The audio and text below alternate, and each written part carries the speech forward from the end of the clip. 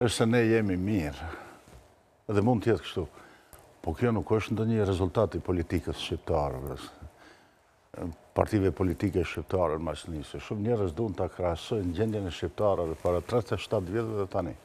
Nuk krahasohet. Jo, po kjo që duket se tani është mirë është si rezultati disa proceseve të natyrshme, demokratizimit, krejt Ballkanit e kështu me radhë.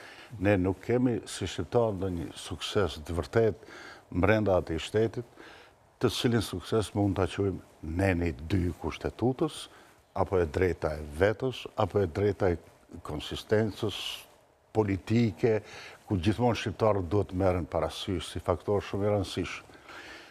Partia Demokratike Shqiptare është parti shumë e vjetër, por paraqitja e saj ka qenë si fraksion për partisë parë, e cila donte të vazhdoj politikën brenda Maqedonisë me metoda apo me teori politike të ish shtetit Jugosllavisë, barazia, vllaznim bashkimi e kështu me radhë. Ne dallonim për shkak se që në fillim kërkuam zgjidhje juridike kushtetuese brenda shtetit, që të neve të na garantohen disa drejta me ligj dhe me kushtetutë. Sot, sipas meje, situata është shumë keq për shkak se agresioni i maqedonasve, përveç si ka qenë antishqiptar, me këtë qeverisjen e fundit, apo me këto grupimet e fundit politike, apo pseudopolitike që janë qeveri, ka kaluar dhe brenda korpusit politik shqiptar. Maqedonia qeverisjet e fundit ose grupimet politike shqiptare? Tash edhe vlen janë pak diskutabil, disa janë vlen, më pastaj një pjesë e vlenit ka shku, ka BDI e kështu me radhë. Agresioni i tyre brenda skendës politike është se ata janë bërë shumë pretencios, tash bile edhe më shumë se Serbia. Më shumë se Serbia? Po tentojnë që ta menaxhojnë edhe skenën politike të shqiptarëve. Apo ja dalin? Me vlenën ja kanë dalë. Ja kanë dalë? Ja kanë dalë.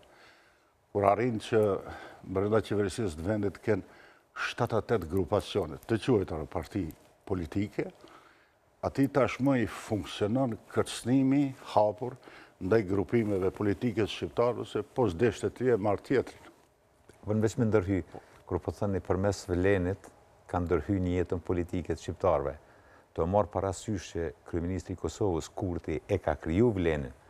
Ajo të thonë që kryeministri Miskovski është përmes Kurtit ka depërtu në grupacionet politike shqiptare? Unë i kam raportet korrekte me VMRO DPMN për shkak se kam qeverisur 2 herë me ta, dhe po ju them sinqerisht se vlenin e ka kriju kryeministri Miskovski. Vadi shtëpinë, vendin, kuën, çajër e kështu me radhë. Po do të them, Albin Kurti është vetëm një ngjitje, bashkangjitje e këtij aktiviteti politik dhe dëshira e tij për të tregu rahaxhoksi apo për të tregu kapadajllëk në raport ndoshta me kryeministrin e Shqipërisë, me Ramën apo me të tjerët. Po i referohem edhe Taravarit, që tha që Kurti e ka kriju. Po Taravarit nuk i vjen mirë të thotë Miskovski se i dukeshte më patriotizëm atëherë që, po unë po të flasë realisht. Edhe pse s'dihet se cila mund të jetë më rënd nëse gjendja është kështu. Nëse është krijuar nga Miskovski dhe ja ka dhënë shtytjen zoti Kurti, apo nga Kurti, por ja ka marrë Miskovski. Është krijuar nga Miskovski, po legjitimimin shqiptar ja ka dhënë Kurti. Që i bie pa vullën e Kurtit, do t'ishte pozicion më i dobët. Më i dobët shumë. Dhe kur flasim për kryeministrin e Kosovës, këtu edhe një fjali dua të sqaroj. Nuk është edhe aq e keqe që një kryeministër apo një kryetar partie me pas raporte të mira me një parti. Këtu e keqe që unë e shoh është s'ka lidhje vleni, le të vazhdojë ai ta mbështet, po në mënyrë të automatizuar e mbështet politikën e VMRO-s, se VMRO është partia kryesore qeveritare. Në mënyrë të tërthort, nëpërmjet e vlenit, ai legjitimon politikën e Miskovskit, e cila tashmë 2 vjet është vlerësuar si politikë antishqiptare. Politikë antishqiptare, tash 2 vjet. Pa diskutim. Mund thuhet kështu hapur. Sigurisht, po pse? Çka po bën ndryshe nga ç'kemi parë nga qeveritë e fundit udhëhequra nga Macedoni. Një fjali për para. Kjo nuk është politika antishqiptare banale e shekullit kaluar që bënte Milošević dhe Šešelji. Është ma sofistike, ma e padukshme. As fuqin s'mund ta ketë asnjëherë të Miloševićit e Šešelit. E para, politika antishqiptare është një poshtnim dhe nënçmim i madh i partnerëve të vetë që i kanë qeverisje, që si pyet për asgjë. Po i përshënon partner, po përshënon Mickoski Vlenin. Edhe në publik, edhe në caktim të kuadrëve. 90% kuadrëve shqiptare që caktohen dhe që Vleni i përveson se janë kuadrat e veta, janë kuadrat të cilët shkojnë e marrin bekimin të Mickoski. Nuk janë këto shpifje, jam njëri i vjetër në atë skenë dhe i njohë të gjithë akterët politikë. Çështja e dytë, dëshira e jonë si shqiptarë, si forca politike shqiptare, që qeverisën e Maqedonisë ta mbajmë në hullit e dy popujve, ku të drejta do të realizohen të dy popujve, ndërsa dhe aspekti ekonomik do t'jetë i barabartë për të dy popujve tash ka përfundu. Diskriminimi ekonomik që vinë për qeverisë Maqedonisë në raport me shqiptarët është edhe horizontal, është edhe vertikal. Vetëm se të pasin nëse po, mirë, përfundoni do t'i vë. E treta, qasja e ti anti-evropiane, apo mos dëshira e ti që absolutisht bisedoj për deblokimin e procesit integrues, në mënyrë të automatizuar është veprim anti-shqiptar. Duke pas parasysh se ne shqiptarët atë kemi qëllimin kryesor të politikës tonë.